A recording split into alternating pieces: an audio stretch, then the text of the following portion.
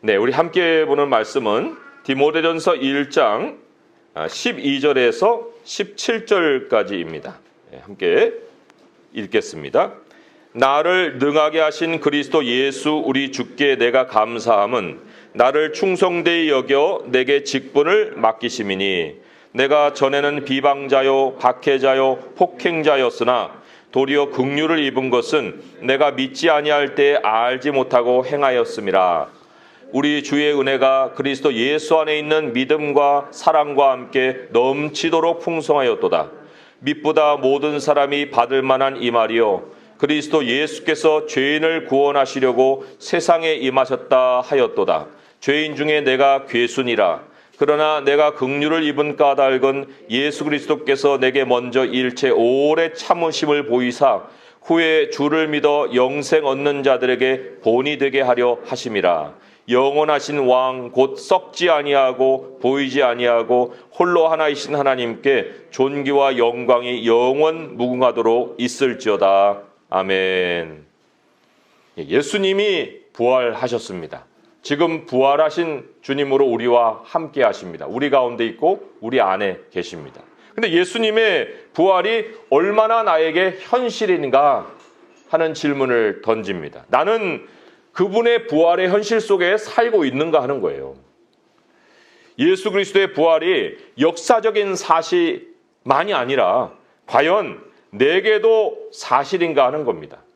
그 사실이라고 하는 증거를 오늘 첫 절에서 아예 뚜렷하게 말씀을 해줬습니다. 나를 능하게 하신 그리스도 예수. 물론 이게 완료형이에요. 나를 능하게 하신 그리스도 예수. 하나님이 내게 힘을 주신 그 한 번의 사건이 있었다 하고 사도 바울이 고백을 하고 있는데, 그런데 그게 또 현재 진행형입니다. 뭐 살아계신 하나님이 그때만 힘주시고 지금은 멈추신 것이 아니라 빌립보서 4장 13절에 보게 되면 내게 능력 주시는 자 안에서 내가 모든 것을 할 수 있느니라. 진행형입니다. 나를 능하게 하신 그리스도일 뿐만 아니라 내게 능력을 주고 계시는 하나님, 그리스도 예수, 그분을 우리가 우리의 안에 현실로 모시고 살고 있는가 하는 그러한 질문입니다. 성경은 예수님의 부활을 얘기할 때 예수님의 사건으로만 얘기하지 않아요. 예수님이 부활하신 것이 또한 우리가 함께 부활한 것이다라고 얘기합니다. 그러면 예수님이 죽으신 그 자리에는 우리도 같이 있었다는 것인데, 죽기 전에 내가 있고 살아난 후에 내가 반드시 있다는 거예요. 도대체 어떤 모습으로 우리는 부활을 거쳐서 바꿔지는 것일까? 오늘 사도 바울이 그러한 본을 우리에게 알려주고 있습니다. 사도 바울의 모습을 통해서 내가 그랬었구나. 근데 지금은 이렇구나 하고 우리는 확인을 할 수가 있는 거예요. 현재의 바울과 과거의 바울이 완전히 다른데, 과거의 바울을 대변하는 말이 15절에 나와 있습니다. 15절에 보니까 마지막 쯤에서 죄인 중에 내가 괴순이라. 상죄인이다. 그런 얘기예요. 근데 이상한 거는 죄인 중에 내가 괴수였느니라 라고 얘기하지 않고 죄인 중에 내가 괴순이라 이렇게 현재로 표현을 하고 있어요. 그러면 지금도 그 사람이 죄인이라는 건가? 그렇진 않습니다. 그거를 지금 나타내려고 지금 내가 현재에도 괴수다라고 얘기를 한 것이 아닙니다. 지금도 많은 사람들이 자기 죄 때문에 괴로워해요. 야, 내가 이러한 죄를 가지고도 하나님께 나아갈 수 있을까? 그런 사람들 향해서 바울이 자신의 과거를 현재로 끌어온 거예요. 당신도 지금 죄인이지만 하나님이 구원을 베푸실 수 있는 존재예요 하고 알려주는 거예요. 이게 그리스도인이 서로 사람들과 마음을 나누는 방식입니다. 내가 과거에는 이랬는데 지금은 이래. 자꾸만 뭐 왕년을 얘기하는 이런 거는 우리가 가질 태도가 아닙니다. 로마서 12장 16절이 이렇게 얘기했어요. 서로 마음을 같이하여라. 서로 마음을 같이하여 높은 데 마음을 두지 말고 도리어 낮은 데 처하며 스스로 지혜 있는 채 하지 말아라 그랬어요. 근데 적지 않은 수가 무슨 진리를 따르는 삶이 무슨 득도하는 거 뭐냐. 뭐 과거에는 뭐 쪼그라들었는데 지금은 뭐 이런 모습이요 하고 이렇게 무슨 득도의 모습으로 나타나는 사람이 있어요. 그런 사람들은 기독교를 믿는 게 아니고 산신령교를 믿는 거예요. 기독교에는 그런 것이 없습니다. 더 성숙할수록 더 낮아지는 것이 그리스도의 본을 따르는 사람이에요. 그러면 사도 바울이 죄인이 아니라는 것인데 그럼 죄인이 아니면 뭐냐? 지금은 어떤 모습인 것이냐? 그리스도인 중에는 사실 마음을 같이 하는 것 정도에서 머무는 게 아니고 아예 지금도 내가 죄인이라고 생각하고 사는 사람들이 있어요. 그건 아니다는 거예요. 죽었으면 죽은 거고 살면 산 거지. 살았으나 죽으면 그건 죽은 거예요. 그러니까 우리가 하나님이 의롭다 했는데 다시 죄인이면 그건 죄인이지. 그게 무슨 의인입니까? 예수님의 부활이 가져온 분명한 변화가 있어야 되는 거예요. 그게 바로 이제 바울이 오늘 메시지에서 가르쳐 주는 건데 우리 예수님의 부활과 연결시켜서 볼 때 자기는 무덤을 열고 나왔다는 겁니다. 무덤을 열고 나왔다는 거예요. 죄인 중에 괴수라는 거는 감옥에 갇혀있는 인생인데 지금은 감옥에 갇혀있는 게 아니에요. 우리들의 영원한 감옥이 무덤이거든요. 그러나 그 갇힌 세계, 어두운 세계, 교감이 없는 세계를 빠져나와서 지금은 전혀 다른 삶의 자리에서 살고 있다. 이게 성경이 정의하는 죄 사함입니다. 용서받았다는 거예요. 자유가 있는 곳, 빛을 보고 사는 곳. 무덤 안에 있는 시체를 아무리 깨끗하게 닦아봐야 뭐 시체가 일어나서 자기를 닦을 수도 없겠지만 남들이 와서 닦아줘봐야 그게 무슨 변화가 있겠습니까? 그 좁은 공간은 여전히 좁은 공간이에요. 삶의 장소가 바뀐 것도 아니고. 바울의 고백을 보면 자기가 조상 때부터 청결한 양심으로 가지고 살아왔다고 얘기하는데 그런데 청결한 양심으로 아무리 살아봐야 도덕적으로 바뀌어봐야 율법의 노력을 해봐야 죄에서 못 벗어납니다. 오히려 많은 기준을 갖고 있기 때문에 그 기준 앞에 눌려요. 나는 다시 죄인이네. 나는 다시 회복이 불가능한 존재이네. 자꾸만 그렇게 마음이 묶여져 버립니다. 무덤을 열고 나와야 삶의 자리가 원천적으로 바뀐 사람이 죄 사함을 받은 사람이다 하는 거예요. 그 삶의 자리가 어디냐? 그리스도 안입니다. 그리스도 안.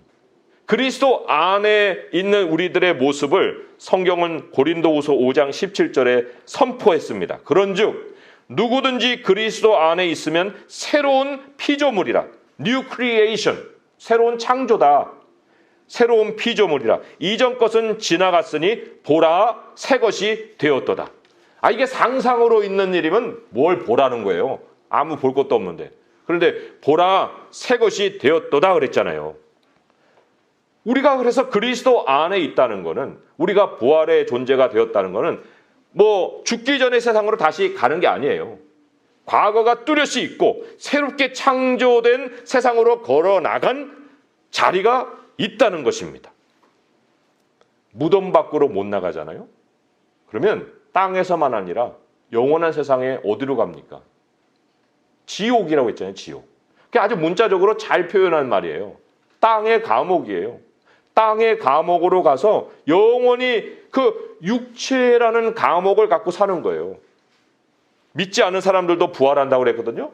그들도 몸으로 부활합니다. 그런데 그 몸은 변화받지 않는 몸으로 영원히 존재해 가는 거예요. 땅의 감옥에서. 새 것이 없는 세상이에요. 그러나 우리 하나님이 우리를 그 무덤 밖으로 벗어나게 하셨고 영원한 땅을 우리에게 새롭게 주셨기 때문에 우리는 존재도 바뀌었고 그리고 앞으로 살아갈 그 세상도 지금의 세상과는 완전히 다른 세상을 맞이할 것이다 하는 겁니다. 그 하나님이 우리 안에 창조해 놓으신 그 내가 있어요. 우리 육체 안에 하나님이 창조해 놓으신 우리의 과거의 성품과 다른 하나님이 창조해 놓으신 내가 있다는 겁니다. 새로운 내가 있습니다. 우리가 죽는 날은 무덤을 나가는 날이고 우리의 육체가 지금은 우리에게 무덤의 역할을 하고 있어요. 그래서 우리는 현실로 나는 아직도 죄인인가 봐 하지만 그러나 진짜 들여다보면 우리가 하나님이 창조해 내오신 속사람을 가지고 살고 있는 존재라는 것입니다. 마지막 날 우리는 하나님이 새롭게 입혀주시는 하늘의 몸을 입고 하나님의 나라에 가는 거예요. 예수님이 무덤 안에서 어떤 일을 겪으셨을까? 우리 예수님이 무덤 안에 있는 얘기는 성경에 안 나오죠. 무덤 밖으로 나오신 말씀만 있어요. 그런데 우리가 추정을 해보건대 골로새서 2장 9절에 보면 그 안에는 신성의 모든 충만이 육체로 거하시고 그랬어요. 예수님이 육체의 모양만 가진 게 아니고 그 안에 신성이 충만한 모습이 계셨어요. 사람들은 육체만 보고 육체를 죽였죠. 그러나 그 신성이 충만한 예수님을 죽일 수 있었습니까? 못 죽였습니다. 그 무덤 안에 일어난 일이 무엇이냐? 그 육체가 벗겨지는 날에 우리 주님이 원래 모습이었던 그 신성이 살아나신 거예요. 그리고 새 몸을 입고 무덤 밖으로 나오신 것입니다. 우리의 미래예요. 우리 안에 바로 예수님이 신성으로 충만하신 것 같은 새로운 창조가 있어요. 그 우리의 존재가 바로 마지막 날에 영원히 우리의 육체라는 무덤을 벗어버리고 하나님 나라로 간다는 것입니다. 그러면 이제 우리가 좀 더 실제적으로 내 자신에게 그 내가 있다라는 것을 좀 확인을 할 수 있어야 됩니다. 그러려면 도대체 그 특징이 뭐냐? 내 안에 있는 새로운 나의 특징이 무엇일까? 속사람의 특징, 그런 거죠. 오늘 그래서 이제 현재의 바울로 돌아오는 거예요. 그랬을 때 12절과 13절에 암시, 특징의 어떤 실마리가 되는 말이 나옵니다. 12절에 13절에 보게 되면 믿지 아니할 때에라는 말이 나와요. 믿지 아니할 때. 그게 과거예요. 그럼 지금 뭐라는 거예요? 믿는다는 거예요.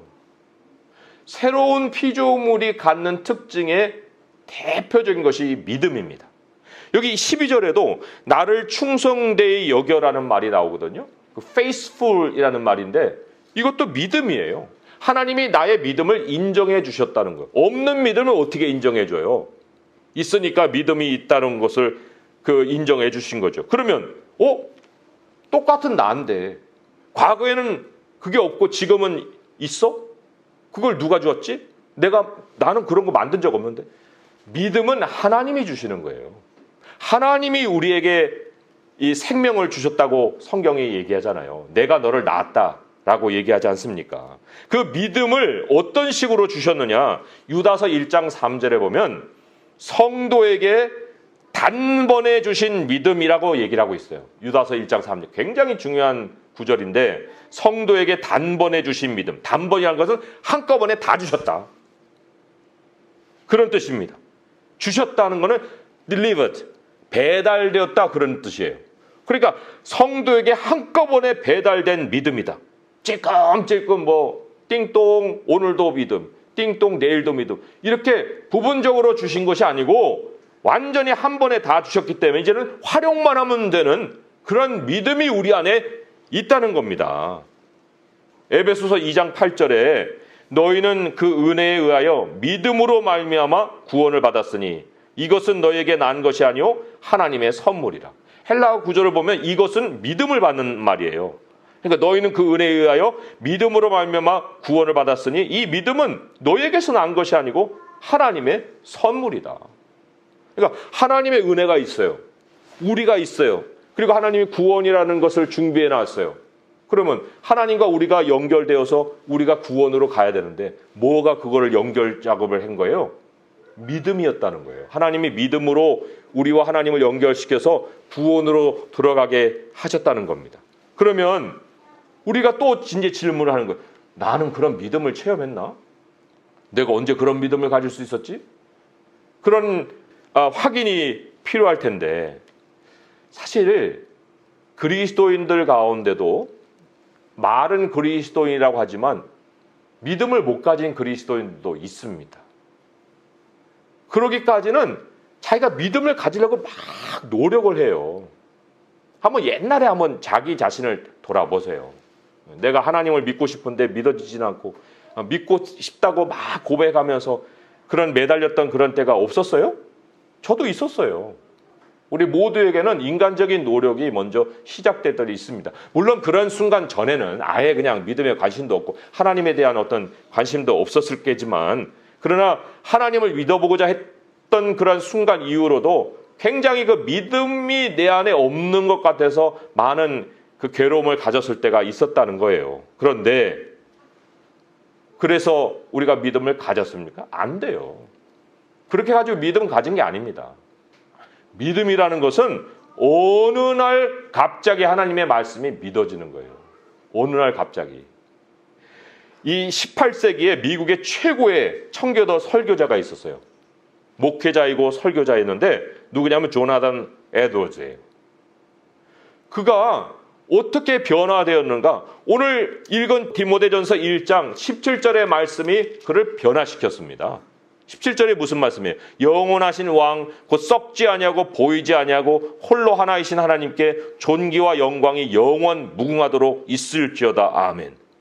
아니 왜 이 사람은 이 말씀을 듣고 믿어진 거지? 우리도 이 말씀을 읽으면 믿어지는 건가? 모든 사람이 이 말씀을 읽으면 믿어지는 건가? 그게 아니에요. 하나님이 믿음을 그 사람에게 일으킬 수 있도록 변화시키시는 말씀이 각 사람에게 있습니다. 그 말씀이 내 귀에 열리면서부터 그 다음에는 당신 어떻게 믿었어? 그거 내가 믿은 게 아니에요. 믿음이 생기는 거예요. 그 믿음을 아무리 버리려고 해도 또 안 버려집니다. 못 버려요. 하나님이 준비해 놓으신 최고의 선물이 바로 이 믿음입니다. 이 믿음이 하나님으로부터 배달된 자에게는 또한 변화가 생깁니다. 나는 그런 믿음이 생각나는 구절도 없고 그러면 나는 믿음이 없는 것 같은데요. 그럴지라도 어떤 특정한 말씀이 내게 생각이 나지 않을지라도 하나님이 일으키신 변화에는 반드시 따르는 삶의 모습이 있어요. 지금까지 말씀이 내 안에 많이 쌓아와서 그 많은 말씀이 나를 또 변화시킬 수도 있거든요. 그런 사람에게 확연하게 일어나는 변화가 바로 은혜라는 겁니다. 은혜. 14절의 말씀에 보니까 우리 주의 은혜가 그리스도 예수 안에 있는 믿음과 사랑과 함께 넘치도록 풍성하였도다. 그랬잖아요. 믿음과 사랑과 함께 넘치는 게 뭐예요? 은혜예요. 그러니까 믿음이 없으면 은혜가 넘치질 않아요. 근데 은혜라는 게 뭐예요? 내가 안 하고 하나님이 해주신다는 거예요. 그게 은혜예요. 하나님이 이끌어주시는 인생이 되었다는 거, 그게 은혜입니다. 말씀이 시작할 때 뭐라고 했어요? 나를 능하게 하신 그리스도 예수라고 했잖아요. 하나님이 나를 힘 주셨다. 그래서 내가 지금의 모습이 되었다. 부활의 현실이 내 안에서 역사하고 있다. 이거를 지금 사도 바울이 우리에게 증거로 내보이고 있습니다. 믿음이 내게 배달될 때 그 우체부가 누구였느냐? 그 우체부가 바로 그리스도예요. 그리스도가 그 믿음을 가지고 우리 안으로 들어오셨어요. 내일도 모레도 자꾸만 두드리고 들어오고 또 나가고 들어오고 나가고 하는 게 아니라 예수님이 그 믿음을 가지고 한꺼번에 다 가지고 우리 안에 들어오셨어요. 우리가 지금은 다른 사람들이 내 삶에 접근하는 걸 꺼려 하잖아요. 근데 하나님은 우리의 허락을 필요로 하지 않습니다. 내가 아무리 철통같이 방어를 해도 하나님이 들어오시면 끝나는 거예요. 인생은. 거기서 바뀌는 거예요. 그거를 우리가 하나님 안에서 체험한 사람들이고, 그렇기 때문에 우리 삶에 하나님의 은혜가 역사를 한다. 이제 나는 혼자가 아니다는 겁니다. 내 존재가 나만이 아니라는 거예요. 이게 최고의 은혜예요. 하나님이 우리 안에 계신다는 사실, 그리고 우리가 행하는 모든 일에 하나님이 함께 해주신다는 사실. 그래서 내 인생에 은혜가 안 되게 만드는 최대의 적이 누구냐면 나입니다. 내가 나의 삶을 망치는 거예요. 남들이 아니라. 맡기면 되는데 그리스도와 최고의 갈등을 빚는 게 누구냐면 나예요. 능력이 되고 은혜가 되고 완전히 다 배달된 믿음이 되려면 그리스도가 내 안에서 나를 장악하셔야 되는데, 근데 내가 그리스도께 나를 안 드리니 어떻게 그리스도가 그리스도의 역할을 하시겠어요? 그분이 인격이시기 때문에 나를 막 눌러 굴복시키시는 일은 없거든요. 그분이 우리 안에 들어오신데 누구셨느냐? 17절의 말씀에 영원하신 왕이에요. 왕이 오셔가지고 제 역할을 하시려면 통치를 하셔야 되잖아요. 썩지 아니하고 보이지 아니하는 홀로 하나이신 하나님이세요. 근데 어디서 뭐 이렇게 만져가지고 이게 하나님인가 저게 하나님인가 왜 자꾸 무슨 표시를 통해서 하나님을 확인을 하려고 해야 합니까? 부활의 주님이신데 우리가 그래서 마지막 숙제가 이거예요. 자, 하나님은 우리에게 오셨습니다. 믿음을 주셨습니다. 은혜를 풍성하게 우리에게 채우려고 하십니다. 우리한테 들어서 나를 다스릴 왕으로 항상 준비가 되어 계십니다. 근데 이제 거기까지도 우리가 못해서 하나님 앞에서 참 이 믿음 없는 모습을 살아왔다면 이제 그분 앞에 굴복을 해야 되는데 무엇이 굴복하는 모습이냐? 어떻게 해야만 내가 그러면 그리스도께 나의 인생을 다 드릴 수 있겠는가? 그게 오늘 말씀의 이제 핵심이에요. 그 핵심에 17절의 말씀에 두 가지 단어가 나옵니다. 하나님께 존귀와 영광이 영원하도록 있을지어다. 이 존귀라는 겁니다. 하나님만 높임을 받으세요. 우리가 내 자신하고도 갈등하고 다른 사람하고도 갈등할 때 왜 그래요? 내 주장이 안 먹히니까 그러는 거예요. 그 사람이 나에게 굴복을 안 하니까 그러는 거예요. 그러면 그 사람이 왜 내게 굴복을 해야 되죠? 모든 사람의 굴복을 받으실 분은 하나님 한 분이세요. 왜 다른 사람을 내 앞에서 무릎 꿇리려고 하는 거예요? 존귀를 하나님께 드릴 수 없는 모습에는 내가 그리스도를 오히려 다스리고 있는 모습이 있기 때문에 그런 겁니다. 그분이 영원하신 왕이신데 하나님만 높임을 받으소서 하는 그 태도가 없는 것이 내 삶을 굉장히 괴롭게 만든다는 겁니다. 또 영광이 영원토록 그에게 있을지어다 그랬어요. 영광은 뭐예요? 나타남이거든요. 그러면 영광이 그에게 있다는 건 뭐예요? 하나님만 나타나세요. 하나님만 나타나세요. 저는 은밀한 곳에 묻혀 지내도 괜찮아요. 하나님만 나타나시면 됩니다. 왜요? 나의 인생이 아니라니까요. 그리스도가 우리 안에 사신다니까요. 하나님이 높임 받으시면 그것으로 내가 더불어서 영광을 누리는 거예요. 이 두 가지가 우리에게 온전히 성숙된 모습으로 자라갈 때 그제서야 하나님이 내게 주신 믿음이 역사하고 하나님이 내게 채워주시는 은혜가 나의 삶을 가득 채우는 것입니다. 준비는 다 되는데 이 두 가지를 안에서 우리가 하나님의 부활하심, 예수 그리스도의 살아계심을 누리지 못하고 있다면 너무나도 안타까운 일이지 않겠습니까? 우리가 예수님의 부활과 함께 살아난 존재로서 이제 내 안에 나를 능하게 하시는 분은 주님이시라는 것을 반드시 기억하고 그 하나님이 주신 선물의 삶을 충만하게 누릴 수가 있어야 됩니다. 이제 옛사람으로 살아서는 안 됩니다. 속사람을 강건하게 해야 됩니다. 진짜 나를 가지고 살아야 되는 거예요. 그럴 수 있도록 하나님이 말씀을 통해 믿음도 주셨고 또 우리를 앞서가시는 은혜로 우리를 인도해 가시니 이 하나님께 우리가 하나님의 존귀, 이름의 존귀를 드리고 하나님을 나타내려는 하나님께 영광을 돌리는 이 모습을 가져야 되지 않겠습니까? 이제 우리에게 남은 일은요, 영원히 사는 거예요. 영원히 살 날만 남았습니다. 땅에서 하나님께서 우리에게 맡겨주신 이 직분에 충성하고 그리고 영원한 상급을 쌓아가고 부활의 주님이 능하게 하실 줄을 믿고 그 생명의 능력을 우리 주 예수 그리스도 안에서 차고 넘치도록 누리며 살아가는 성도 될 수 있기를 주님의 이름으로 축원드립니다. 기도하겠습니다.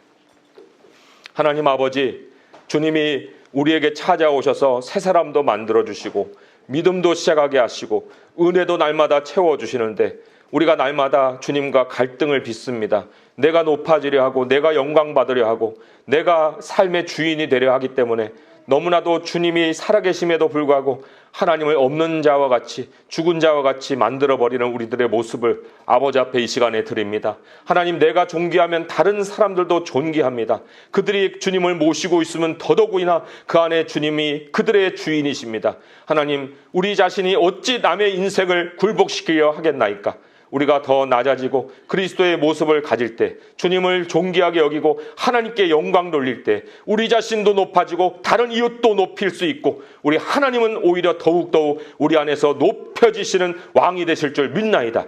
이 시간 이후로 부활의 주님을 온전히 모시고 하나님께 존귀와 영광을 돌리며 영원한 나라로 향하는 저희가 되게 하여 주시옵소서. 우리 주 예수 그리스도의 이름으로 감사하며 기도합니다. 아멘.